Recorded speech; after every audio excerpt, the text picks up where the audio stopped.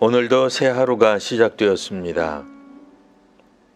12월 13일 월요일 아침 묵상의 시간입니다.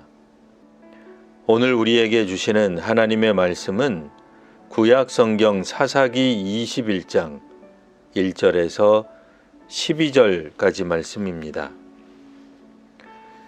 이스라엘 사람들이 미스바에서 맹세하여 이르기를 우리 중에 누구든지 딸을 베냐민 사람에게 아내로 주지 아니하리라 하였더라. 백성이 베델에 이르러 거기서 저녁까지 하나님 앞에 앉아서 큰 소리로 울며 이르되 이스라엘의 하나님 여호와여 어찌하여 이스라엘에 이런 일이 생겨서 오늘 이스라엘 중에 한 지파가 없어지게 하시나이까 하더니 이튿날에 백성이 일찍이 일어나 거기에 한 제단을 쌓고 번제와 화목제를 드렸더라. 이스라엘 자손이 이르되 이스라엘 온 지파 중에 총회와 함께하여 여호와 앞에 올라오지 아니한 자가 누구냐 하니 이는 그들이 크게 맹세하기를 미스바에 와서 여호와 앞에 이르지 아니하는 자는 반드시 죽일 것이라 하였음이라.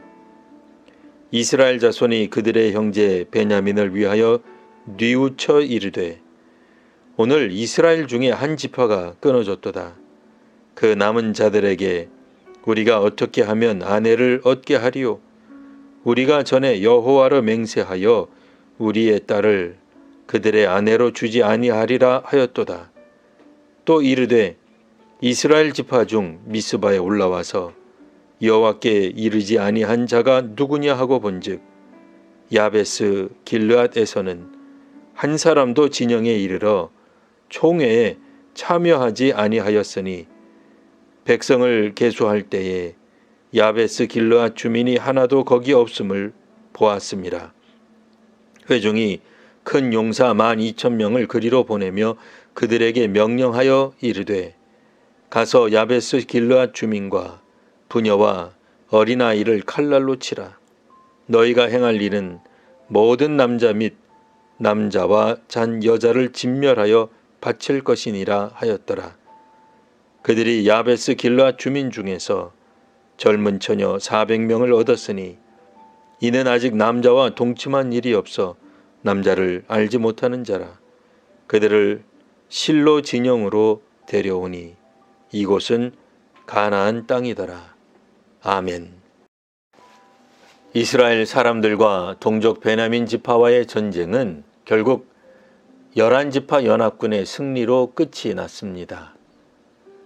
이번 전쟁에 참여한 베냐민 사람 25,000명이 죽었고 이스라엘 연합군은 베냐민 성읍의 일반 시민들을 모두 죽였습니다. 살아남은 베냐민 남자는 600명에 불과했습니다.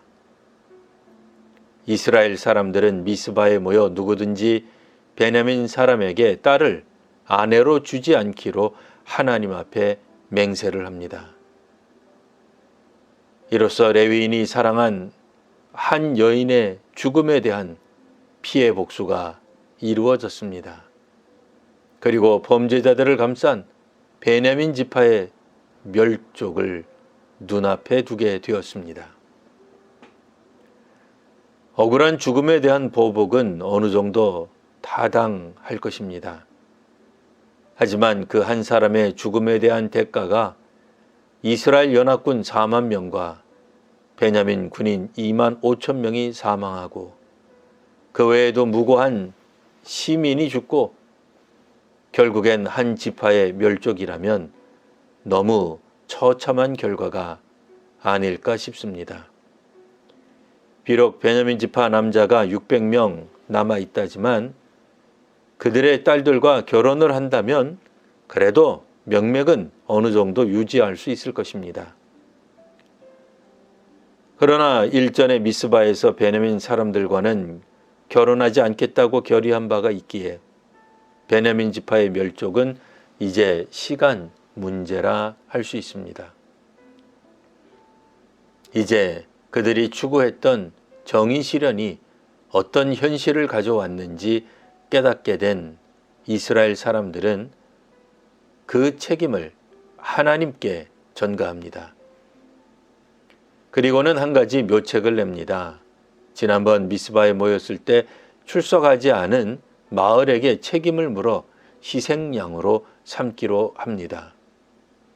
결국 야베스 길앗 주민들이 몰살당하고 그 마을 처녀 400명을 얻게 됩니다. 이들은 베냐민 지파의 멸족을 막기 위해 야베스 길앗 주민을 몰살했던 것입니다. 하나님의 뜻을 묻지 않고 자신들의 뜻을 앞세우는 사람이나 집단이 있습니다. 오늘 본문에서처럼 제단을 쌓고 번제와 화목제를 드리는 등 절차를 다 갖춥니다. 하지만 하나님께 뜻을 묻고 응답을 받은 후에 행동한 것이 아닙니다. 자신들이 뜻을 세우고 난 후 하나님 앞에서 종교의식을 한 것뿐입니다.